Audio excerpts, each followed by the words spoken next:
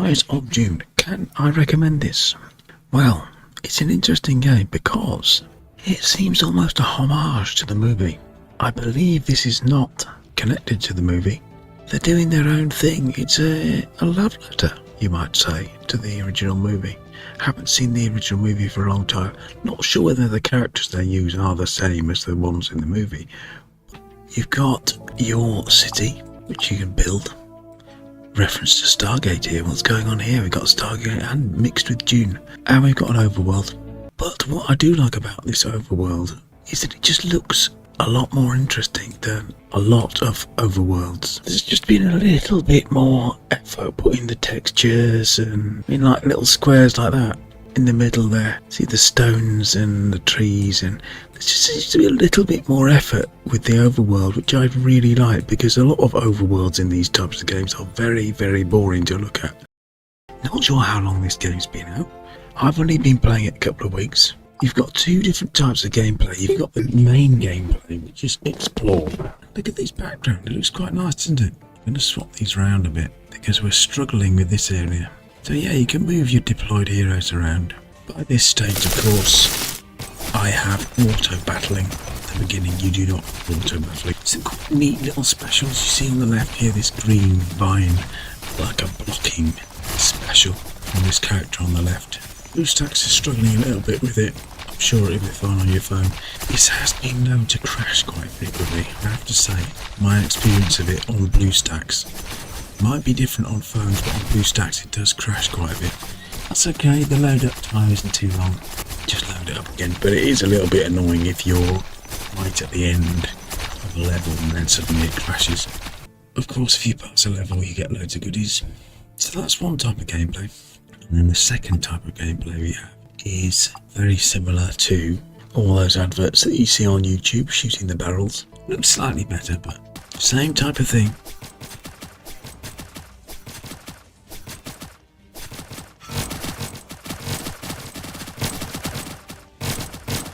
Except when you burst one barrel, it bursts all three, which is quite cool.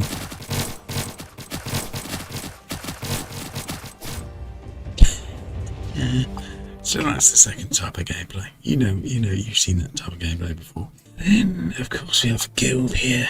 Sorry, an alliance. You got all the normal things, the technology, dum-de-dum-de-dum, you know how it goes. All pretty standard, but it just looks quite nice, doesn't it? There really is some effort being made in this game, I think. They could have gone with a few different background tracks. It's mellow enough to not bother you too much. Lots of events, tasks, growth tasks, all that sort of thing. Lots of claiming, as per usual. This is my guild alliance. Russian, of course. As is the way with many of these games. Russians take care over. No matter, because if we come in here to the guild chat, no worries if you do get a language you can't understand. Click on that little A and you get the translation. Let's go back to the city building. We have all the usual shooter camps, you know, training the soldiers. We've got a hero station where you can do summons.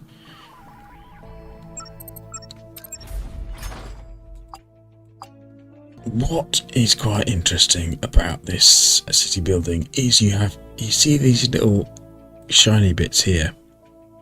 You can collect stuff from your city, as you can see, or water.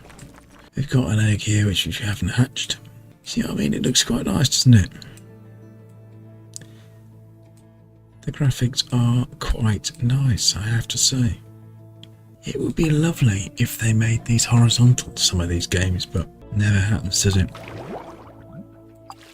Got daily tasks, you've got chapter tasks. Starting to get a bit harder now for me, because I'm a little bit further in. What are we on? Chapter 8. So far, so good for me in this game. I have to say, it's not bad. It's not a bad time killer. Good little city builder. In here we've got heroes. You can upgrade them, of course. They've got promotion. Generous with the promotions. Done a lot of promoting. Which leads me to a good summary for this game. It is pretty generous. A lot of these type of games aren't very generous. This game is, which makes it more fun. Lots of speed ups, lots of resources, lots of gold. As I say, the spice is really reminiscent of the film, and I think the makers of this are definitely big fans. As you can see from this little avatar on the training camp, the character has got a tube running into their nose. Now that, I remember that from the film, people in the film having that. It is not an official Dune game, but it's a really nice homage, I think. Look at this film, looks nice, doesn't it? There we have it then, guys. I can definitely recommend this. So far so good. Rise of Dune, city builder slash tower defense, I suppose you could call it. Not too much clutter on the hood, which is nice. There's a little bit of clutter, but for these type of games, I think it's pretty tidy. Give it a go, give it a try. If you just started playing it, stick with it. I think it's good. I think it is good. Simple as that. Super plays Rise of Dune, give it a bash. Fantastic little game. So thank you for watching. More reviews to come soon.